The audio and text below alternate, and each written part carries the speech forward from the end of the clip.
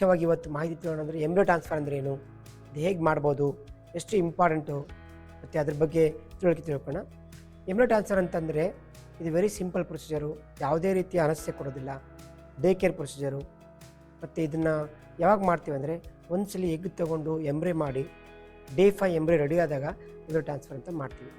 ಇದು ಯೂಶ್ವಲಿ ನಮ್ಮಲ್ಲಿ frozen embryo transfer ಜಾಸ್ತಿ ಇರುತ್ತೆ, ಯಾಕೆಂದರೆ ಸಕ್ಸಸ್ ಫ್ರೆಶ್ ಎಂಬ್ರೇಸಲ್ಲಿ ತುಂಬ ಕಡಿಮೆ ಕಂಪೇರ್ ಟು ಫ್ರೋಝನ್ ಎಂಬ್ರಿಯೋ ಟ್ರಾನ್ಸ್ಫರಲ್ಲಿ.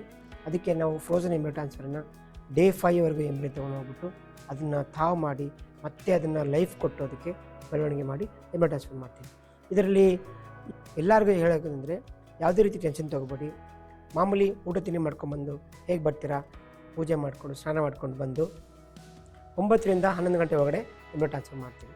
ಯಾಕೆ ಈ ಟೈಮಲ್ಲಿ ಅಂತಂದರೆ ಎಲ್ಲರೂ ಫ್ರೆಶ್ ಆಗಿರ್ತಾರೆ, ಮತ್ತು ಆ ಟೈಮಲ್ಲಿ ಸಕ್ಸಸ್ ನಾವು ಎಂಬ್ರಿನೂ ನಾವು ಎಕ್ಸೀಡ್ ಮಾಡೋದು ಅದೇ ಟೈಮಲ್ಲಿ ಮಾಡ್ತೀವಿ. ಅದರಿಂದ ಆ ಕರೆಕ್ಟ್ ಟೈಮಿಂಗ್ ಮ್ಯಾಚ್ ಮಾಡಿಕೊಂಡು ಎಂಬ್ರಿಯೋ ಟ್ರಾನ್ಸ್ಫರ್ ಮಾಡ್ತೀವಿ. ಇದು ಡೇ ಕೇರ್ ಪ್ರೊಸೀಜರು, ಯಾವುದೇ ರೀತಿ ಅನಸ್ಯ ಕೊಡೋದಿಲ್ಲ. ಕೆಲವ್ರಿಗೆ ಮಾತ್ರ ಅನಸ್ಯ ಕೊಡ್ತೀವಿ, ಯಾರಿಗೆ ಭಯ ಇರುತ್ತೆ, ಯಾರಿಗೆ ಅಲೋ ಮಾಡೋದಿಲ್ಲ, ತುಂಬ ಟೆನ್ಷನಿಂದ ಇರ್ತಾರೆ. ನೋಡಿ, ನಾವು ಮಾಡಬೇಕಾದ್ರೆ ಸೂಕ್ಷ್ಮವಾಗಿರಬೇಕು, ಅವರು ಸೈಲೆಂಟಾಗಿರಬೇಕು, ಯಾವುದೇ ರೀತಿ ಮೂಮೆಂಟ್ಸ್ ಮಾಡಬಾರ್ದು. ಯಾಕಂದರೆ ಇದೇ ಲಾಸ್ಟ್ ಪ್ರೊಸೀಜರ್ ಅಂತ ಹೇಳ್ತೀವಿ ನೋಡಿ IVF-ಅಲ್ಲಿ.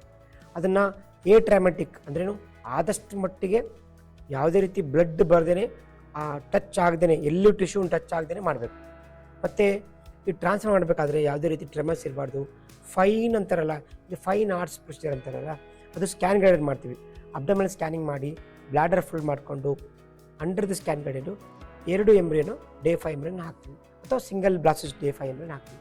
ಇದನ್ನು ಮಾಡಬೇಕಾದ್ರೆ ಪೇಷಂಟ್ಗೆ ತೋರಿಸ್ತೀವಿ, ಎಲ್ಲ ಪ್ರೊಸೀಜರ್ ಡೇ ಕೇರಲ್ಲಿ ಎಲ್ಲನೂ ಅವರಿಗೆ ಮಾಹಿತಿ ಕೊಡ್ತೀವಿ.